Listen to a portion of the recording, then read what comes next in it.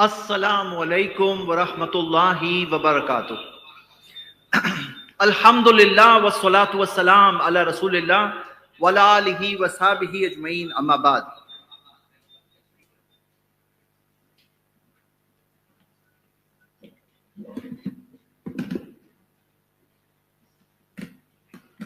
رب اشرح لی صدری ویسر لی امری واحلل عقدۃ من لسانی یفقہوا قولی۔ معزز علماء اکرام، بزرگوں، میرے بھائیوں بہنوں، ہم آج انشاءاللہ قرآن جو صحابہ اکرام نے جو جمع کیا اور جو اس تعلق سے خدمات صحابہ اکرام نے کی، اس متعلق ہم انشاءاللہ چند باتیں دیکھیں گے۔ میری خاص کوشش یہ ہے کہ جو اس متعلق جو اعتراضات اٹھائے گئے ہیں، وہ اعتراضوں کے جواب خدمات بتاتے بتاتے ساتھ ساتھ میں وہ اعتراضوں کے جوابات بھی دوں۔ ایک منٹ مجھے پاور پوائنٹ بند ہو گئی۔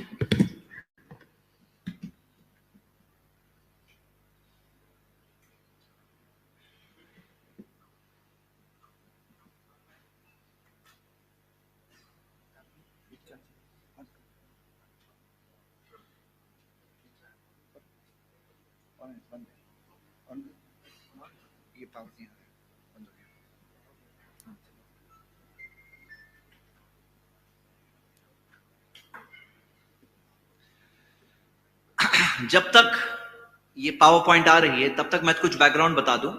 میرے بھائیوں، دین اسلام میں صحابہ اکرام کا بہت بڑا رول ہے۔ آج جو لوگ صحابہ اکرام سے کے تعلق سے اعتراضات اٹھاتے ہیں، حقیقت میں اگر کوئی صحابہ کو مقام کو چھوڑ دے، سلف کے طریقے سے دور ہو جائے گا۔ پہلے تو سلف کا جو طریقہ ہے، فہم ہے، اس سے دور ہو جائے گا۔ صحابہ اکرام کا مقام اگر وہ بھول جائے تو ہم دیکھتے ہیں اہل السنہ کے طریقے سے دور ہو جائے گا۔ اور پھر آگے جا کے کیا ہوگا؟ آگے جا کے معاملہ یہ ہوگا کہ بعض لوگ سمجھتے ہیں کہ صحابہ کا اگر کوئی انکار کرے گا تو حدیث نبوی سے محروم ہو جائے گا۔ جی ہاں، انکار حدیث کی طرف جائے گا، حدیث نبوی سے محروم ہو جائے گا۔ لیکن بات وہاں رکے گی نہیں۔ اگر وہ ان کی خدمات کو ماننے سے انکار کر دے، ان کے مقام سے انکار کر دے، تو آخر میں جا کر اللہ کی کتاب سے محروم ہوگا۔ کیوں؟ کیونکہ ہمیں کتاب کہاں سے ملتی ہے؟ اللہ کی کتاب کہاں سے ملتی ہے؟ ڈائریکٹلی نبی صلی اللہ علیہ وسلم کے بعد میں ہم آئے، کیا ہمیں ڈائریکٹلی وہاں سے مل گئی یا بیچ میں کوئی ذریعہ اور واسطہ بنا ہے؟ تو ہم دیکھتے ہیں صحابہ کی خدمات ہے، اس میں کوئی انکار نہیں کر سکتا کہ صحابہ کی خدمات ہے اللہ کی کتاب ہم تک پہنچانے میں، جو ہم انشاءاللہ آج دیکھیں گے۔ اور اس متعلق چند سوالات بھی ہے، اس کے جوابات بھی انشاءاللہ ساتھ ساتھ میں دیکھیں گے۔ چلیے،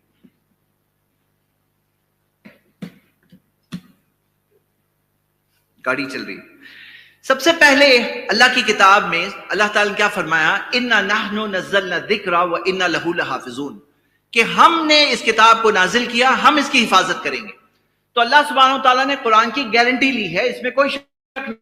لیکن کیا اس کا یہ مطلب ہوتا ہے کہ کسی نے کوئی خدمت نہیں کی؟ تو اس کا یہ مطلب نہیں ہوتا۔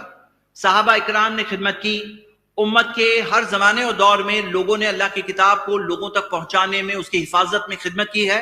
آج بھی جو لوگ قرآن کا حفظ کرتے ہیں، اسے یاد کرتے ہیں، ایک طرح سے دین اسلام کے پیغام کو آگے پہنچانے میں ہی نہیں، اللہ کی کتاب کے پیغام کو، اس کی حفاظت کرنے میں بھی وہ ایک حصہ پلے کر رہے ہیں۔ تو ہم دیکھتے ہیں کہ ایک تھا جو سٹیج، پہلا سٹیج ہے نبی صلی اللہ علیہ وسلم کے زمانے والا سٹیج۔ اس مرحلے میں صحابہ نے کیا خدمات کی ہم دیکھیں گے۔ دوسرا سٹیج ہے ابو بکر رضی اللہ عنہ کے زمانے میں، جب قرآن کو جمع کیا گیا تو اس وقت پر صحابہ اکرام کی کیا خدمات تھی۔ اور تیسرا سٹیج ہے عثمان رضی اللہ عنہ کے زمانے میں، 25 ہجری کے قریب، جب قرآن کو جمع پھر سے کیا گیا تب کیا خدمات تھی ہم دیکھیں گے۔ تو نبی صلی اللہ علیہ وسلم کے زمانے میں آپ کو بہت مشہور حدیث پتا ہوگی، صحیح بخاری کی حدیث ہے، خیرکم من تعلم القرآن وعلمہ، بہترین تم میں وہ لوگ ہیں جو قرآن سیکھتے ہیں اور سکھاتے ہیں۔ تو صحابہ نے اس چیز پر بہترین طور پر عمل کیا۔ آپ دیکھو گے فتح الباری میں حافظ ابن حجر العسقلانی نے تقریباً 39 ایسے صحابہ کی لسٹ دی ہے جنہوں نے نبی صلی اللہ علیہ وسلم سے ڈائریکٹلی جو یاد کیا قرآن، اور بہترین طور پر یاد کیا، اور بعد کے زمانے تک جو باقی رہے ایسے صحابہ جو زندہ رہے اور جنہوں نے نبی صلی اللہ علیہ وسلم سے جو سیکھا تھا، اللہ کی کتاب جو ہو بہو سیکھا تھا، وہ آگے بھی پہنچایا۔ ایسے ان 40 صحابہ کی لسٹ انہوں نے دی ہے، لیکن یہ مکمل لسٹ نہیں ہے. کیوں؟ کیونکہ اس میں بہت سارے صحابہ نہیں ہیں. جیسے مثال کے طور پر ہم دیکھتے ہیں بیر المعانہ کے وقت پر جو صحابہ 70 صحابہ شہید کیے گئے، یا جنگ یمامہ میں جو بہت سارے حفاظ صحابہ جو شہید ہوئے، تو وہ سب اس میں شامل نہیں ہیں. تو یعنی انہوں نے قرآن یاد کیا. اب بعض لوگوں کو یہ بات سمجھ میں نہیں آتی، تو ہم آپ کو بتائیں کہ دیکھیے آج جو چل رہا ہے نا امت میں سلسلہ، اس سلسلے کی شروعات جنہوں نے کی صحابہ اکرام نے. سب سے پہلے حافظ کون تھے؟ پیارے نبی محمد صلی اللہ علیہ وسلم. ہم دیکھتے ہیں چاروں خلفائے راشدین حفاظ سے قرآن کے. لیکن آپ دیکھیں گے عربوں میں ایک معاملہ یہ تھا، جو عرب کو اللہ تعالیٰ نے ان لوگوں کو جو چنا، ہم دیکھتے ہیں ان کے اندر کچھ خصوصیات تھی. ان کی خصوصیات میں سے ایک یہ چیز تھی کہ ان میں ایک اورل کلچر چلتا تھا، لکھنا پڑھنا بہت نہیں ہوتا تھا. اس وجہ سے ان کی میموریز بہت اچھی ہوا کرتی تھی. یعنی آپ دیکھیں گے بڑی بڑی لمبی شاعریاں، المعلقات وغیرہ بائی ہارٹ کر لیا کرتے تھے. ایسی آپ کو مثالیں ملے گی کہ اسلام محمد صلی اللہ علیہ وسلم کے آنے سے سینکڑوں سال پہلے کی شاعریاں بھی بائی ہارٹ انہیں ہوا کرتی تھی. ایک آدمی کو اپنا نسب پورا یاد ہوا کرتا تھا، کہاں تک نسب ہے. اور جو ایام العرب، جو ان کے جو واقعات ہے، جو تاریخ ہے، ان کی جنگیں وغیرہ، اس کی چیزیں وہ بائی ہارٹ کیا کرتے تھے. تو اسی وجہ سے ہم دیکھتے ہیں ان لوگوں کی ایسے بھی یاد کرنے کی عادت تھی. تو کوئی تعجب کی بات نہیں کہ صحابہ اکرام نے قرآن کو یاد کیا، اور وہ جو سلسلہ وہاں سے شروع ہوا، آج آپ کو دنیا میں لاکھوں حفاظ ملیں گے قرآن کے. اگر یہاں تک کہ کوئی بھی اگر کتاب دنیا میں باقی نہ رہے تو قرآن کا واپس آنا کوئی مشکل بات نہیں، کیونکہ اتنے سارے قرآن کے حفاظ موجود ہیں.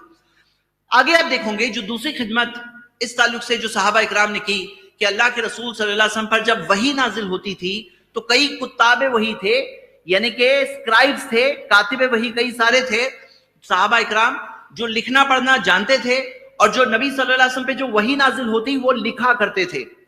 آپ دیکھیں گے الاتقان فی علوم القرآن میں امام سیوطی نے بعض ایسے صحابہ کا ذکر کیا ہے. وہ کہتے ہیں کہ تقریباً 43 کا جو قول ہے وہ زیادہ راجح ہے کہ 43 کتاب وحی موجود تھے، یعنی وحی کو لکھنے والے ایسے صحابہ موجود تھے. امام ابن ابی داؤد، جو امام ابو داؤد کے بیٹے ابن ابی داؤد، ان کی کتاب المصاحف میں بھی انہوں نے 43 کا نمبر پریفر کیا ہے، لیکن بعض 65 بھی بولتے ہیں. زاد المعاد میں ابن القیم نے بھی ایسے کئی سارے جو صحابہ جو وہی لکھا کرتے تھے ان کی پوری لسٹ دی ہے موجود. اب میرے بھائیوں، اللہ کی کتاب جو ہم تک پہنچی ہے تو صحابہ اکرام سے ایک سلسلہ شروع ہوا، ایک متواتر طور پر قرآن جو ہم تک پہنچا، متواتر طور پر، یعنی سندوں میں ہر زمانے اور دور میں اتنے سارے لوگ مختلف جگہوں کے رہے کہ ان کا کسی جھوٹ پر اتفاق کرنا ناممکن ہے. تو ایسے قرآن جو ہم تک پہنچا ہے وہ کیسے پہنچا ہے؟ متواتر سندوں سے پہنچا ہے. اور ہم دیکھتے ہیں کہ یہ جو سند ہے، جیسے آپ ایک مثال دیکھ رہے ہیں سند کی، یہ حفظ کی سند، تو جیسے یہ قرات کی جو مختلف قراتیں ہیں ان کی سندیں ہیں، سب کی متواتر سندیں ہیں. اس کے بارے میں تفصیل آگے آئے گی. تو یہ تھا پہلا زمانہ جو نبی صلی اللہ علیہ وسلم کے زمانے میں جو خدمت صحابہ اکرام نے کی. اب دوسرے زمانے پہ آتے ہیں ابو بکر رضی اللہ عنہ کے زمانے میں. ابو بکر صدیق رضی اللہ عنہ کے زمانے میں جنگ یمامہ جو مسیلمہ کذاب کے خلاف مسلمانوں نے لڑی تھی، اس کے اندر کئی حفاظ شہید ہوئے. اور عمر رضی اللہ عنہ کو یہ اندیشہ ہوا کہ کہیں ایسا نہ ہو جائے کہ بہت سارے لوگ اگر شہید ہو گئے، بہت سارے لوگ حفظ کیے ہوئے لوگ اگر ان کا انتقال ہو گیا تو اللہ کی کتاب کیسے محفوظ ہوگی، کیسے ہم اس اللہ کے پیغام کو لوگوں تک پہنچائیں گے. اللہ حفاظت کرنے والا ہے، لیکن ذریعے اختیار کرنے ہمیں سکھایا گیا ہے. تو صحابہ کو فکر ہوئی. عمر رضی اللہ عنہ نے وہی فکر ابو بکر رضی اللہ عنہ کے سامنے پیش کی اور کہا کہ ہمیں قرآن کو لکھنا چاہیے، قرآن کو جمع کر لینا چاہیے. قرآن جو لکھا ہوا ہے اسے ایک مصحف میں جمع کر کے دینا.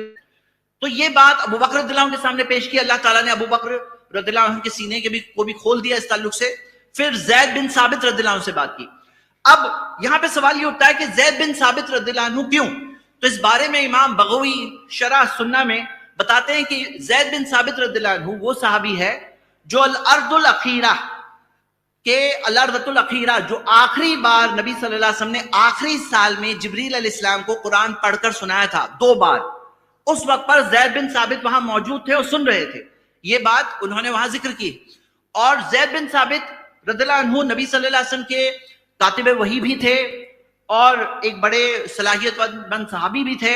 تو ابو بکر رضی اللہ عنہ نے انہیں چنا. کیوں؟ ان کو چننے میں ایک اور مقصد تھا کہ جب آخری سال میں نبی صلی اللہ علیہ وسلم نے پڑھے تھے جبریل علیہ السلام کے سامنے، مطلب کہ وہ ساری آیتیں جو منسوخ، جن کی تلاوت منسوخ ہوئی تھی، وہ آیتیں ابھی یہاں پر الارض الاخیرہ میں نہیں موجود تھی. تو وہ بھی ایک فائدہ تھا. اور اسی وجہ سے زید بن ثابت کو چنا گیا. اب زید بن ثابت کہتے ہیں فَتَتَّبَّعْتُ الْقُرْآنَ اجمعوہ من الاسب واللقاف وصدور الرجال. اب اس بارے میں بعض لوگ سوال یہ پوچھتے ہیں کہ زید بن ثابت کہتے ہیں کہ میں قرآن کو ڈھونڈنے لگا، چیزوں پہ لکھا جاتا تھا، جو پتوں پہ لکھا جاتا تھا، جو پتھروں پہ لکھا جاتا تھا، اور انسانوں کے سینوں میں جو تھا، لوگوں کے سینوں میں جو تھا. تو اس بارے میں ایک سوال پوچھتے ہیں کہ اس طرح سے قرآن مختلف چیزوں پہ لکھا جاتا تھا تو یہ کیسا محفوظ تھا؟ ایسا ایک سوال ہے. سب سے پہلے تو یاد رکھیے کہ قرآن حفظ کرنے کی عادت صحابہ اکرام کے زمانے سے تھی. تواتر ایک بہت بڑی چیز ہے. دیکھیے کیا معاملہ ہے، یہ چیز کوئی اور مذہب نہیں کلیم کر سکتا کہ ان کی کتاب کو لوگوں نے حفظ کیا ہے، یاد کیا ہے. کہاں ہے پروف؟ ہمارے پروف یہاں ہے. لاکھوں لوگ ایسے موجود ہیں جو قرآن کے حافظ ہیں الحمدللہ. تو سب سے پہلے تو قرآن بنیادی طور پر جو تواتر کے ساتھ آیا، جو سینوں میں موجود ہے، جو حفظ کیا گیا، لیکن ساتھ ساتھ میں لکھا بھی جاتا تھا، جیسے کئی سارے کاتب وحی تھے. تو یہاں پر اس چیز سے ایک سوال پوچھا جاتا ہے. اس کا جواب مختلف علماء اکرام نے دیا ہے، مختلف روایتوں سے دیا گیا ہے. خاص طور سے ابن ابی داؤد نے جو اپنی کتاب المصاحف میں الگ الگ سندوں سے جمع کیا ہے کہ ابو بکر رضی اللہ عنہ نے زید بن ثابت سے کہا تھا کہ ہر آیت آپ کو دو گواہیوں کے ساتھ میں لکھی ہوئی طور پر کسی کے ساتھ میں لے، اور کسی نے لکھا ہے وہ بھی نبی صلی اللہ علیہ وسلم سے لکھا ہے.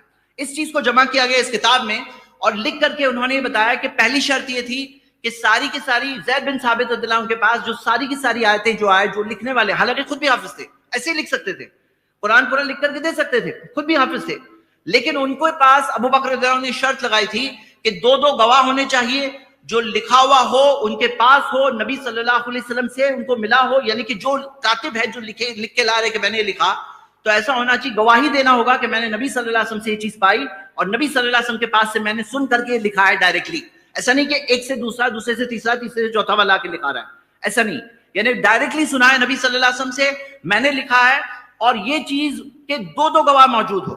اب وہاں پہ صحیح بخاری کی حدیث ہے، اس میں آتا ہے کہ ایک معاملہ کیا ہوا کہ سورہ توبہ کی آخری 2 آیتیں اور سورہ احزاب کی 1 آیت، یہ جو تینوں آیتیں ہیں، یہ 3 آیتیں، ان کے لیے 2 گواہ ایسے نہیں مل رہے تھے جن کے پاس لکھا ہوا ہو آ کے گواہی دے سکے. ایسے یہ 3 آیتوں کے تعلق سے نہیں مل رہا تھا. لیکن یہ 3 آیتوں کا ایک بہت انٹرسٹنگ معاملہ ہوا کہ یہ 3 آیتیں صرف خزیمہ بن ثابت رضی اللہ عنہ کے پاس تھی. ایک صحابی کے پاس لکھی ہوئی تھی، گواہی دے رہے ایک، لیکن جو 2 کا قاعدہ ہے وہ پورا نہیں ہو رہا تھا. لیکن آپ دیکھیے اللہ کی تعریف، نبی صلی اللہ علیہ وسلم کی زندگی میں ایک واقعہ ہوا تھا، جس واقعے کے بعد اللہ کے رسول صلی اللہ علیہ وسلم نے خزیمہ بن ثابت رضی اللہ عنہ کے تعلق سے کہا کہ شہادت خزیمہ تعدل شہادت رجلین، کہ خزیمہ کی شہادت، گواہی 2 آدمی کی گواہی کے برابر ہے، 2 آدمی کی گواہی کے برابر ہے. نبی صلی اللہ علیہ وسلم کے زمانے میں واقعہ ہوا، کون سوچ سکتا تھا کہ آگے ایسا ہونے والا ہے. تو ایک صحابی ایسے نکلے، انہی کے پاس تھی موجود، اور وہ ایسے صحابی نکلے جن کے بارے میں ایسی حدیث ہمیں ملتی ہے. وہ ایک ایسے صحابی ہے کہ ان کی گواہی کے بارے میں نبی صلی اللہ علیہ وسلم نے کہا ان کی گواہی 2 لوگوں کی گواہی کے برابر ہے. تو وہ بھی آیتیں ہم دیکھتے ہیں کہ اللہ کے شان سے قبول ہے. اب یہاں پہ ایک سوال پوچھنے والے پوچھتے ہیں، وہ کہتے ہیں کہ یہ تو بدعت ہوئی، صحابہ نے بدعت کی. یہ بدعت کرنے والے کہتے ہیں اس وجہ سے کہ ان کو بدعت کرنی ہے، تو جو چیز بدعت نہیں ہے اس کو بدعت کہہ کر کے وہ اپنی بدعت کے لیے جواز کی دلیل بنانا چاہتے ہیں. تو اس کا جواب یہ ہے، سب سے پہلے تو نبی صلی اللہ علیہ وسلم نے خود لکھنے کہا تھا. جو نبی صلی اللہ علیہ وسلم خود کرنے کہے وہ بدعت کیسے ہو سکتی ہے؟ وہ کام کیسے بدعت ہو سکتا ہے؟ نمبر 2، ہم دیکھتے ہیں کہ قرآن جو نازل ہوا نبی صلی اللہ علیہ وسلم کے زمانے میں، اب آخری وقت تک بھی، کچھ ٹائم پہلے تک بھی نازل ہو رہا تھا، اور جب آیتیں نازل ہوئی تو آرڈر میں نہیں نازل ہوئی کہ پہلی آیت پہلے، پھر دوسری آیت، پھر تیسری آیت، پہلی سورہ پہلے، پھر دوسری سورہ. مختلف صورتیں حالات کے اعتبار سے نازل ہوا کرتی تھی، اور نبی صلی اللہ علیہ وسلم یہ بھی بتایا کرتے تھے کہ یہ آیت کہاں پر جائے گی، کس سورہ کا حصہ، یہ سورہ کون سی سورہ کے بعد ہے. پوری ترتیب قرآن کی وحی کے تحت آئی ہے. تو اللہ کے رسول صلی اللہ علیہ وسلم کے زمانے میں تو قرآن نازل ہو رہا تھا. تیسری بات، صحابہ کا اجماع ہے، صحابہ کا اتفاق ہے، اور صحابہ کا اتفاق خود ایک دلیل ہے. قرآن و سنت جیسے دلیل ہے، صحابہ کا اتفاق خود ایک دلیل ہے، جیسے کہ ہم دیکھ رہے ہیں. اور چوتھی چیز سوچنے کی بات یہ ہے کہ خود قرآن لکھنا یہ تو ذریعہ ہے، یہ خود فی نفسی ایک عبادت نہیں ہے، یہ ایک ذریعہ ہے. اور ذریعے میں الگ الگ ذریعے ہوتے ہیں، کوئی ٹائپ کرتا ہے، کوئی لکھتا ہے، کوئی ریکارڈنگ کرتا ہے. آج کل سافٹ ویئرز میں، ایپس میں پہنچ رہے ہیں، تو الگ الگ ذریعے. ایک اور چیز ہمیں ملتی ہے کہ قرآن جو اس زمانے میں جتنا نازل ہوا تھا، مختلف احادیث میں دیکھ سکتے ہیں، جیسے صحیح بخاری کی حدیث دیکھ رہے ہیں آپ کہ جتنا نازل ہوا تھا اتنا لکھا جاتا تھا مصحف کی شکل میں اس زمانے میں اتنا موجود تھا. جیسے صحیح بخاری کی حدیث دیکھیے کہ سلمہ بن اقوا وہ کہتے ہیں کہ میں اس ستون کے پیچھے نماز پڑھتا تھا التی عند المصحف, جو مصحف کے پاس تھا, جو مصحف کے پاس تھا, مطلب مصحف نبی صلی اللہ علیہ وسلم کے زمانے میں بھی تھا. ہم مکمل مصحف جمع کیا ابو بکر رضی اللہ عنہ نے, بعد میں عثمان رضی اللہ عنہ, تو ہم یہ دیکھ رہے ہیں. اور سفر کرتے وقت جو نبی صلی اللہ علیہ وسلم نے منع کیا کہ ان یسافر, نبی صلی اللہ علیہ وسلم نہى رسول اللہ صلی اللہ علیہ وسلم ان یسافر بالقرآن, کہ نبی صلی اللہ علیہ وسلم نے منع کیا کہ قرآن کے ساتھ الی ارض العدو, دشمن کی زمین کی طرف سفر نہ کرو. مطلب قرآن کے ساتھ, یعنی اس زمانے میں بھی قرآن تھا, باب بھی امام ابو داؤد نے یہی قائم کیا فی المصحف, تو یعنی جتنا مصحف اس وقت تک نازل ہوا تھا اس بارے میں. اب اس سے پہلے کہ ہم عثمان رضی اللہ عنہ کے زمانے میں جو خدمت کی گئی اس کی طرف آگے بڑھیں, اگلا موضوع ہے 7 احرف کے تعلق سے. بہت سے لوگوں کو پتہ نہیں ہوتا ہے, لیکن واضح حدیث آپ پڑھ سکتے ہیں ان ھذا القرآن انزل علی 7 احرف, کہ یہ قرآن 7 احرف میں نازل ہوا, 7 لہجوں میں نازل ہوا قرآن 7. فقرؤوا ما تیسر منہ, تو اس میں سے جو آسان ہو پڑھو. تو ہم دیکھتے ہیں کہ یہ 7 جو لہجوں میں نازل ہوا یہ اللہ تعالیٰ کی طرف سے ایک آسانی تھی کہ عرب کے الگ الگ جو لہجے ہوتے تھے, جیسے ہمارے یہاں بھی ہوتے ہیں, الگ الگ زبان کے الگ الگ لہجے ہوتے ہیں, کچھ نہ کچھ اس میں رد و بدل ہوتا ہے, بولنے کا انداز چینج ہوتا ہے. عربوں کے بھی مختلف لہجے تھے. میرے بھائیوں, یہ وہ لوگ ہیں جن کی طرف قرآن نازل ہوا, یہ وہ لوگ ہیں جو پہلے ایمان لانے والے ہیں, یہ وہ لوگ ہیں جنہوں نے قرآن کی سب سے بڑی خدمت کی کہ اللہ کے پیغام کو لوگوں تک پہنچایا. تو ان کے لیے ایک اللہ نے آسانی رکھی تھی کہ 7 لہجوں میں قرآن نازل ہوا, تاکہ وہ جس لہجے میں ہو اس لہجے میں پڑھ کے سمجھ سکیں, پیغام حاصل کر سکیں, یاد کر سکیں. اور جو چیلنج تھا کہ ایک سورہ لے آؤ, مطلب 7 لہجوں میں سے تم اپنے لہجے میں لے کر آؤ, ایک سورہ لے آؤ قرآن جیسی, تو ہم دیکھتے ہیں کہ یہ چیلنج تھا. اب یہ 7 جو احرف ہے, اس کے اندر جو الفاظ میں بعض اوقات کچھ چیزوں میں تبدیلی بھی تھی, جیسے قرآن بعض آیتیں دوسری آیتوں کی تفسیر ہے, تو یہ چیز بھی, یہ فائدہ بھی ان 7 لہجوں میں تھا موجود. ہم دیکھتے ہیں کہ یہاں پر جو لوگ سوال پوچھتے ہیں, آپ اس فوٹو سے سمجھ سکتے ہیں کہ یہ 7 اللہ کی طرف سے آئے تھے. ایسا نہیں ہوا تھا کہ ایک اللہ کی طرف سے آیا تھا اور لوگوں نے 7 بنا دیا. مطلب یہ 7 کے 7 لہجے آئے ہوئے تھے اللہ کی طرف سے. ایسا نہیں کہ ایک آ کے لوگوں نے اس کو 7 بنا دیا. جو اعتراض اٹھانے والے اعتراض اٹھاتے ہیں اس کا جواب اس فوٹو میں موجود ہے. آگے بڑھتے ہیں. عثمان رضی اللہ عنہ کے زمانے میں ایک دوسری بار کیوں جمع کرنے کی ضرورت پیش آئی؟ حذیفہ بن یمان کہتے ہیں کہ وہ وہاں پر اس وقت پر ارمینیا آذربائیجان کے سائٹ پر جنگ میں, جہاد میں موجود تھے. اس وقت پر انہوں نے دیکھا کہ لوگوں میں قرآن کی آیتوں کے تعلق سے کچھ اختلاف ہوا. جو اختلاف انہوں نے دیکھا تو وہ گئے اور جا کر کے عثمان رضی اللہ عنہ کے سامنے پیش کیا. انہوں نے معاملہ واقعہ پیش کیا کہ ایسا ایسا اختلاف انہوں نے دیکھا. اب اس وجہ سے عثمان رضی اللہ عنہ اور صحابہ اکرام کے زمانے میں یہ فیصلہ انہوں نے کیا کہ ہم 7 احرف کو جمع کر کے قرآن کو صرف ایک حرف میں رکھیں گے, ایک لہجے میں رکھیں گے. وہ قریش کا لہجہ ہے, وہی ایک رکھیں گے تاکہ لوگوں میں آگے کے زمانے میں کنفیوژن نہ ہو.